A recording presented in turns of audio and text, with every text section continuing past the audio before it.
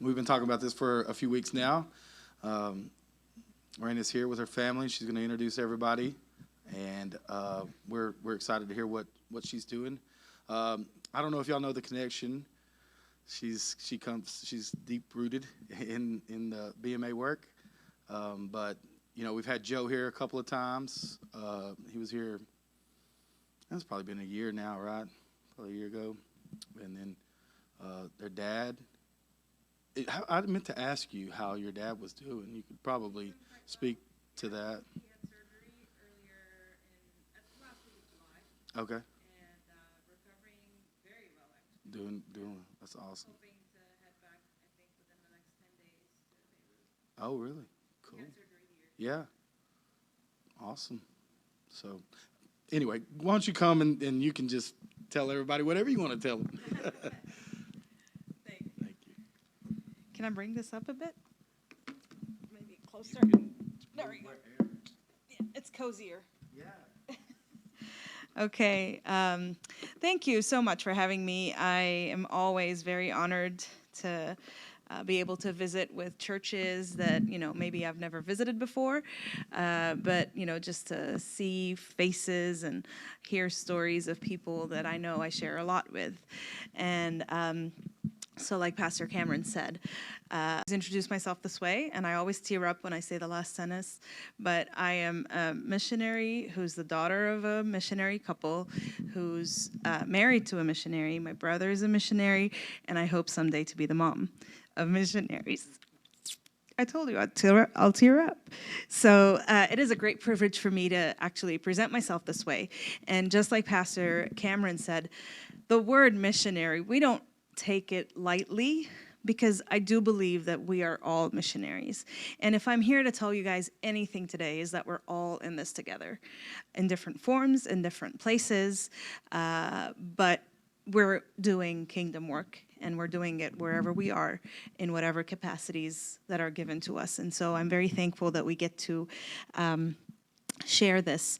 So if you can move the slide one. This is my family, my extended family. I can't see it, but I'll look back here. As Pastor Cameron said, my dad and my mom, and then Joe with his wife and daughter, and the four of us. Eli is my husband, Anthony is my eldest, and Martin is my younger kid. As I said already, we've been part of the BMA for as far back as I can remember, and this is mission work has been on my heart for a very long time. By training, I'm a cardiologist.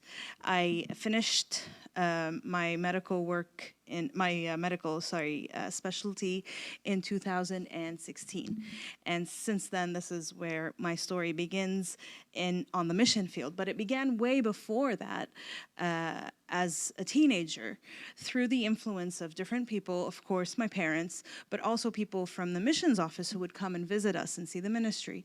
And just hearing these people speak their heart out, I knew that whatever I wanted to study, I've always had a passion for medicine, but whatever I wanted to study, I was going to use that for ministry. I did not want to go into academics or private practice, and that's how I planned out, my life. And when Eli and I decided to get married, he was still working in the corporate world in insurance, and after we got married, we could both see how God was kind of nudging him away from that, and he eventually left that world and is now in full-time ministry. He works in a kind of parallel organization. What they do is they train leaders to do home Bible studies based on the Discovery Bible Study method.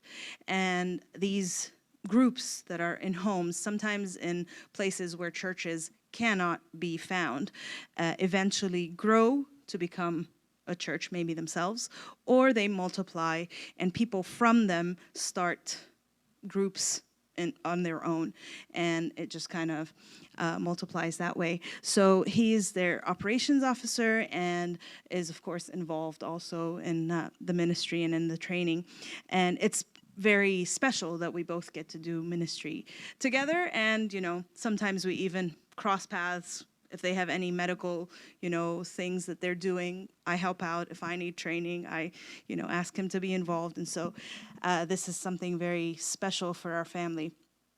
When I graduated in 2016, I thought of starting a BMA clinic. So I'm in Beirut. Beirut is the capital of Lebanon. It's a very crowded and also like diverse city, has plenty of resources within that capital.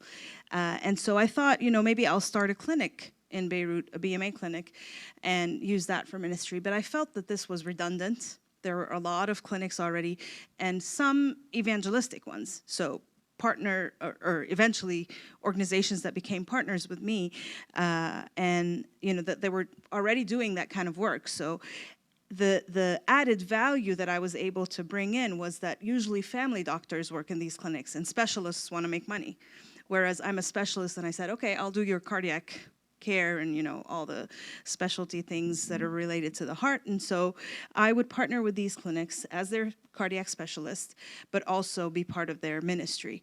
And I did that for 5 or 6 years, but this was all one-on-one patient care in the clinic, a 15-minute appointment, lots of load because, patients come in big numbers. And at the same time, I felt that this was kind of limiting my ministry time.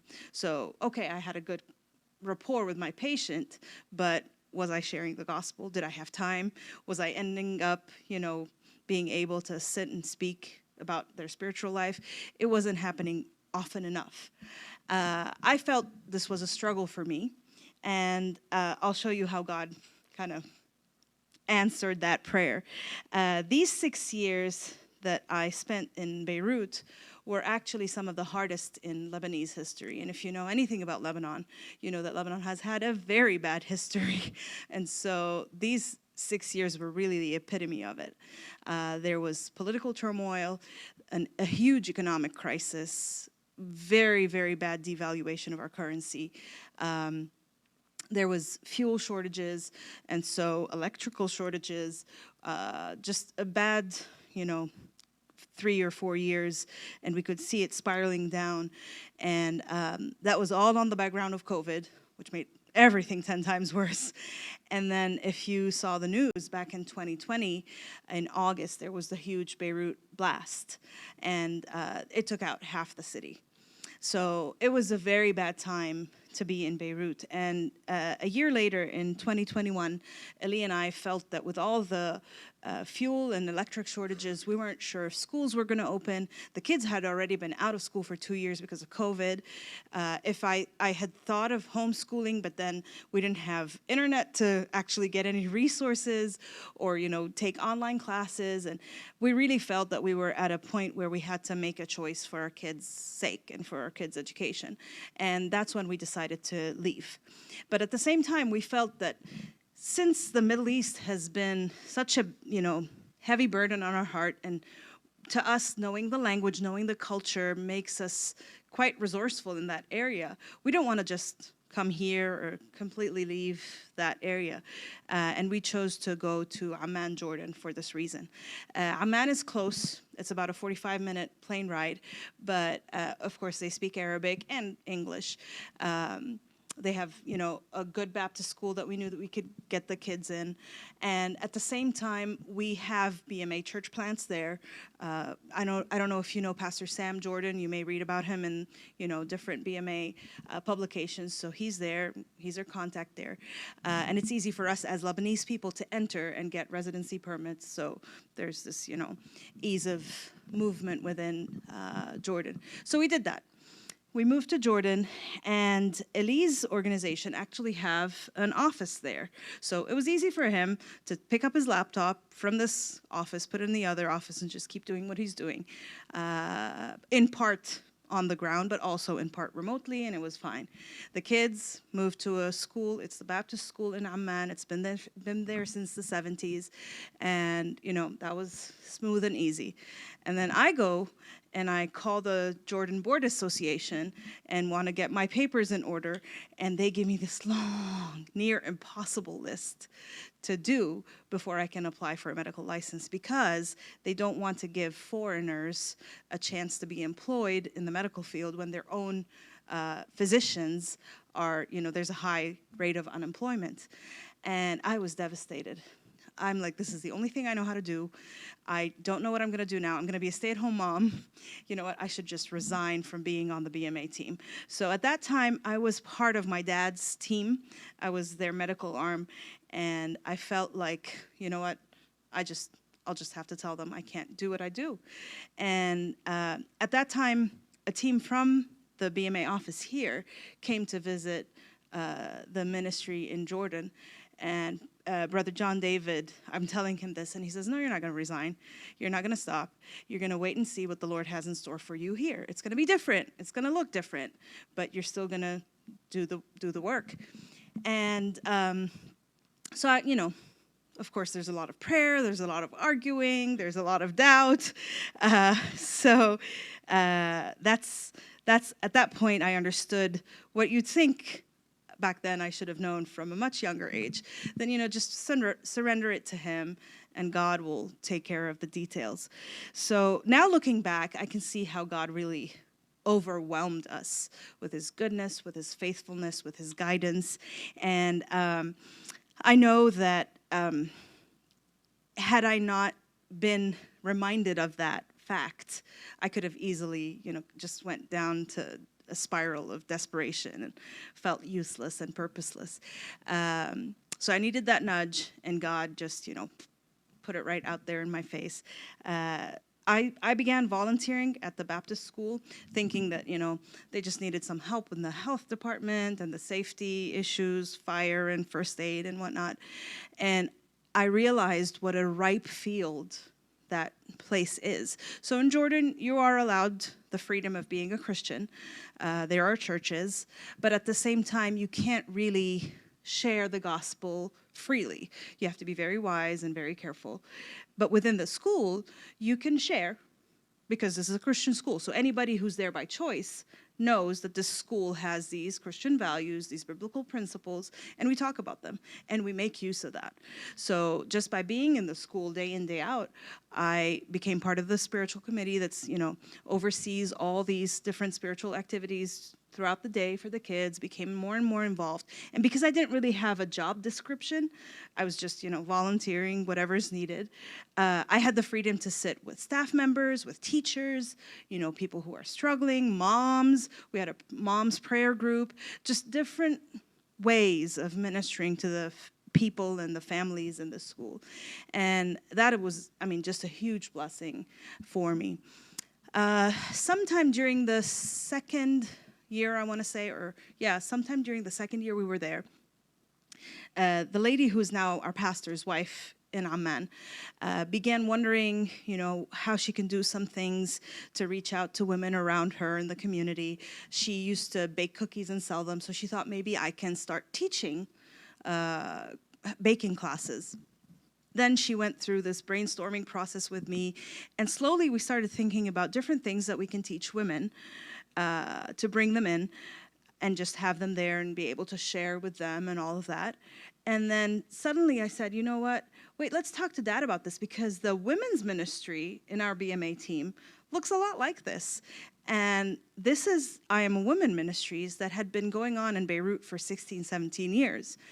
So we talked to my dad, we talked to the lady who's in charge, her name's Monique, and we're like, okay, we're starting an I Am a Woman in Jordan. And when that started, they got all excited and like, okay, we're going to start one in Egypt. So now we have 3 chapters of I Am a Woman.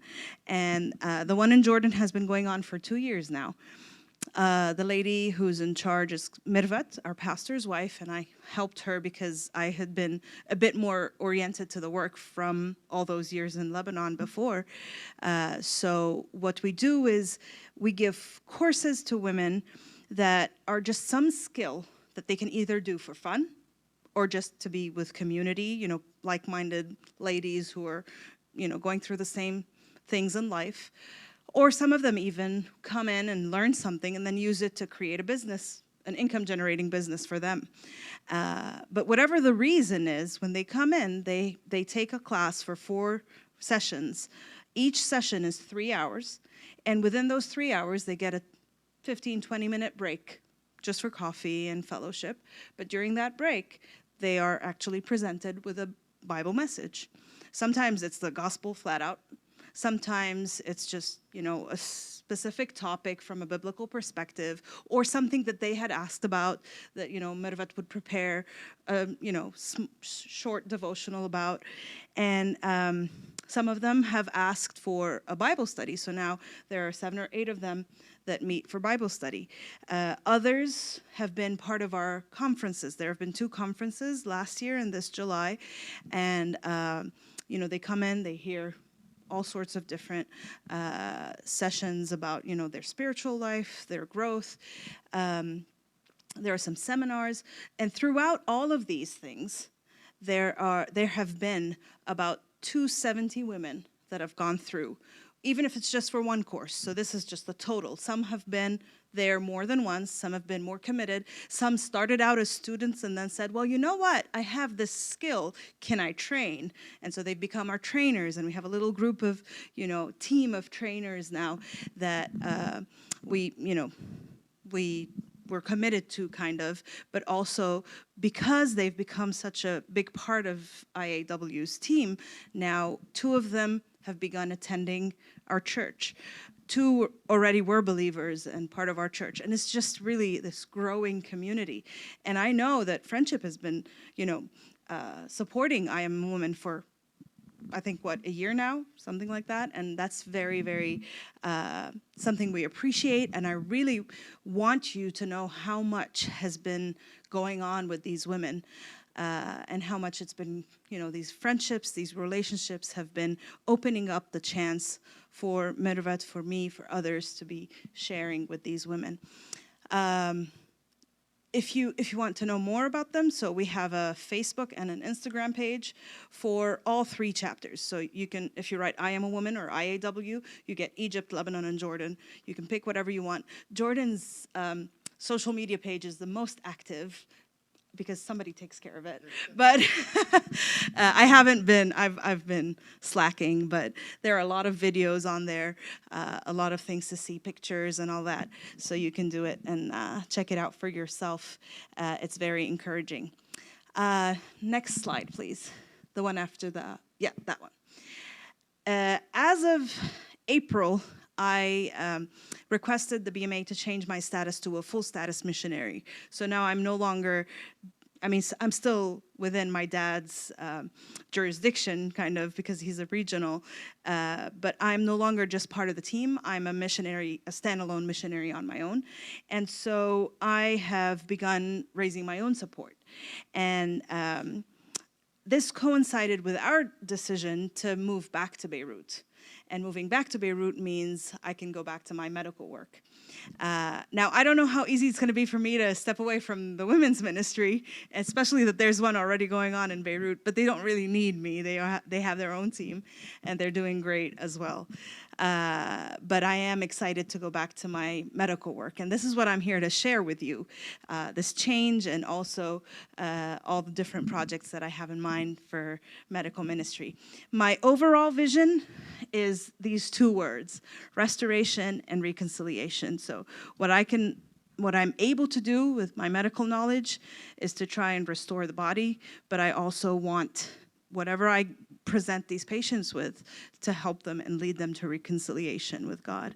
And so I hope to be able to do that with every project that I think of. Next slide, please. I always say this, and it's very true. As much as I tell you about the need, there's more. And as much as, we think about different projects, there's more that we can do. But what we share is what we are able to visibly see. And then, the Lord kind of grows things and leads us in different directions as we move along. And so these are just ideas based on experiences that I've been through and based on observations and my knowledge of the Lebanese society and the needs in that area. But I might try them, and fail miserably. And I'll come and I'll tell you I failed miserably and had to change and do something else. But mainly what I think I want to do is I don't want to just see patients one-on-one as a physician. I will do that. I love that. I have some patients that I still kind of follow up on remotely, and I want to go back and see them. This is the first point, the patient care. The other things that I want to do is basically make use of the local churches as a launch pad for any kind of medical work. And I don't want to link it to me. I want to link it to something more consistent, which is a church body. So I plan to visit churches that are outside Beirut because that's where there's more need and more medical need, but also, churches are closer to their communities. People in Beirut rarely live close to their churches.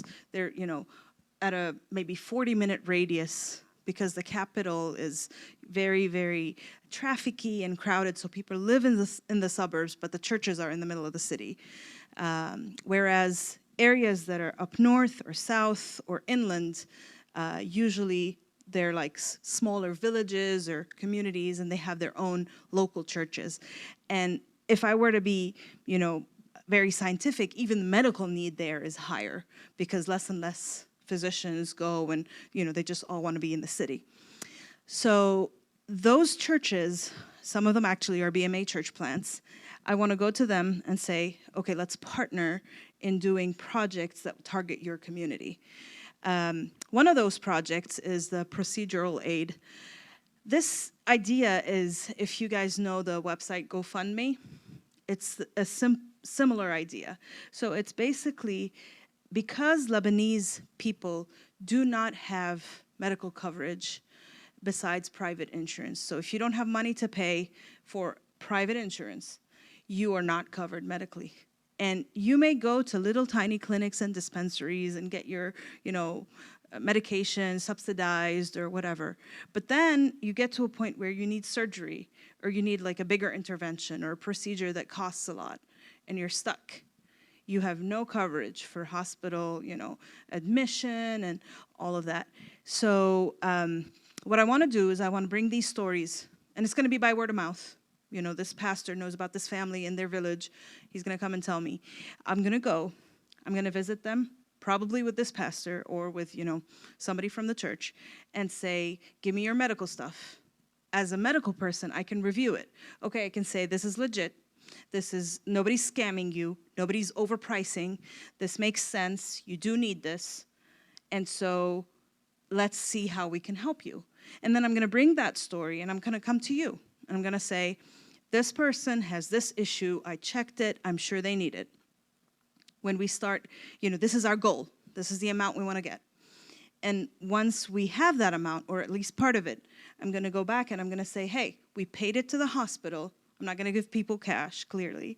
I'm going to say, we paid it to the hospital. This is your credit. You can get the rest. Try to, get some from your own savings, contribute to this procedure and have it done. And then when they have it done, I'm going to go, I'm going to sit with them and pray with them and see them. And so this consistent follow-up is medically proper in a sense, but also gives us that in to spending time with this family. It's not a 15-minute clinic appointment. It's a visit. We can ask further questions about their needs, about, they're going to have questions about why we're doing it. And, whenever that comes up, I'm going to link them back to this local church, and I'm going to say, yes, this is what this church does in this community. And that's hopefully going to, get them to be more involved in the church life.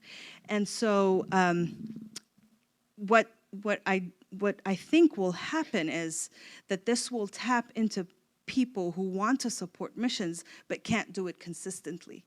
So they are moved by one story, they feel that they have enough to contribute now, and they do that, and they would have helped somebody, and they would have helped us reach that somebody. And so I really feel that this is an idea that will work and is needed, especially to help us to get into these homes. The third idea is pharmaceutical aid. So I don't know what each community is most in need of, but I do know that medication, is something that the Lebanese have struggled to get. Sometimes they're not available, sometimes they're too expensive, sometimes you have a certain medication now and then you get cut off because they no longer import it. And so I do want to provide, it could be one church that I'm talking about for now, but I mean, hopefully it'll be more churches later. But I do want to provide a way for this church to be able to provide medications in a consistent form through a medically correct, format, whether it's me going up there once a week and seeing, patients, giving them their meds and making sure they have them for a month, or it could look differently. Sometimes, last time what happened was we were able to get a suitcase of medication from here, from BMA Global, take it in, and then kind of just distribute it. But when I told the pastor, let's have a medical day, he said, no, I think our community would be more responsive if I go and I visit them with the doctor. So it could be home visits, it could be medical days at the church, but I do want to be able to provide people with medication. And the fourth need or plan, I think, applies to everything, just a spiritual, pastoral care that could happen through me personally, but also through the local church that I'm trying to connect everybody to. So these are some of the plans. Some of the pictures that you see here are actually from a recent BMMI trip, which is the Baptist Medical Missions International, to Egypt. So next slide, please. This is when we were there. We went there in May.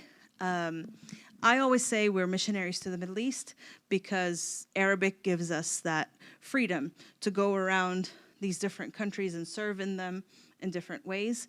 My dad has already, been training pastors and planting churches in all that area. And so when we went with BMMI, we went to two of the churches that are BMA church plants, and we provided medical care for 4 days and saw about 1,000 patients. And if you tell me how many people were evangelized, I wouldn't be surprised if the answer is 0.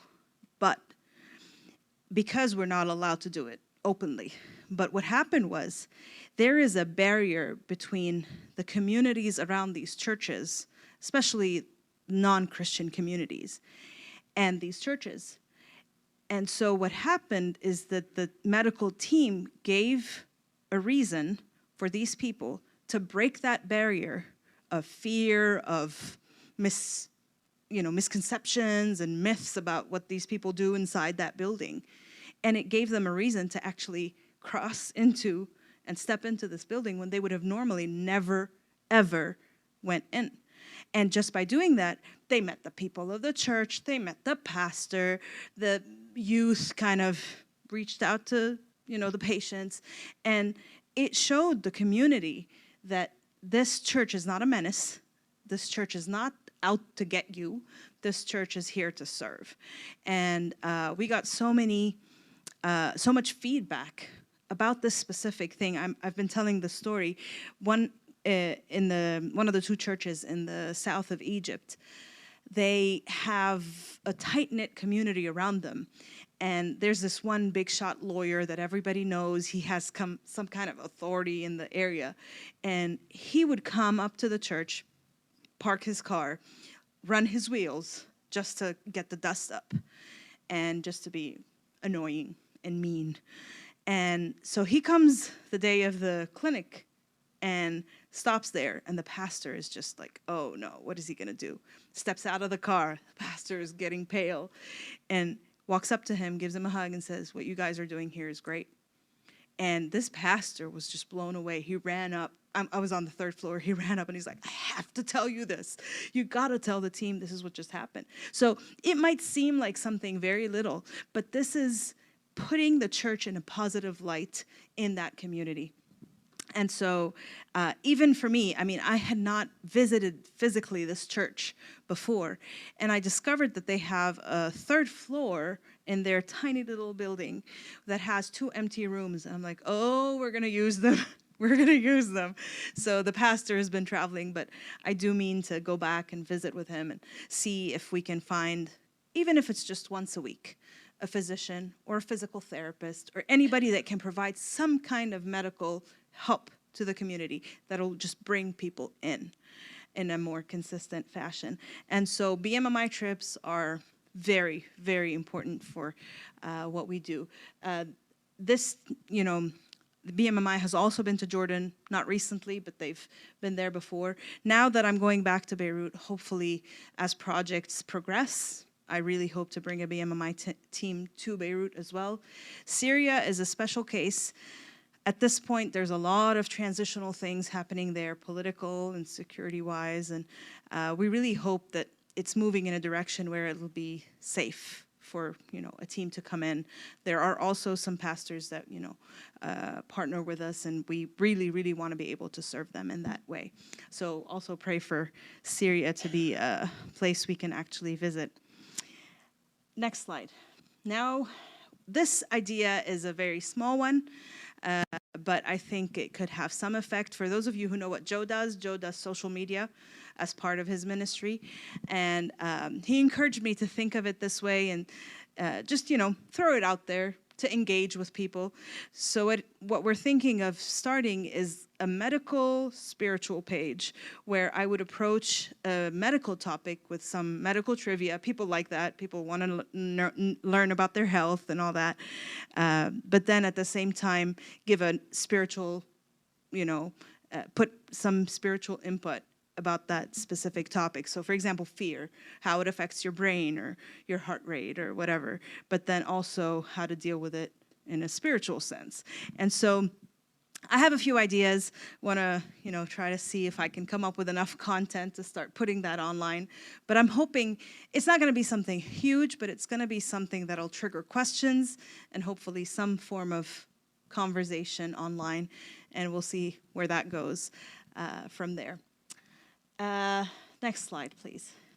Now comes your contribution. So I do realize that you have already been very supportive of the women's ministry, which has been my ministry for a while now. And I know you hear a lot from missionaries about this, but I want to add a few ideas to what you can be doing. So obviously, you are not all the church right here. What I would really ask you to do is to be our advocates. So just as I bring a story of a patient who has a specific need and I advocate for that patient in front of you, I really, really pray that you would, you know, have this heart to be our advocates to other people. So right now, you can be the advocates for me to the people who aren't here. Go tell them what you heard. Go share what you saw. Go share what moved you. Other missionaries might come through. You may find a connection with a missionary and somebody in your family. Go tell that family member and say, hey, this guy does what you do in this place. How can you support? There are so many little things that you can do that don't take much effort, but make a huge difference to the missionaries that are out there on the field.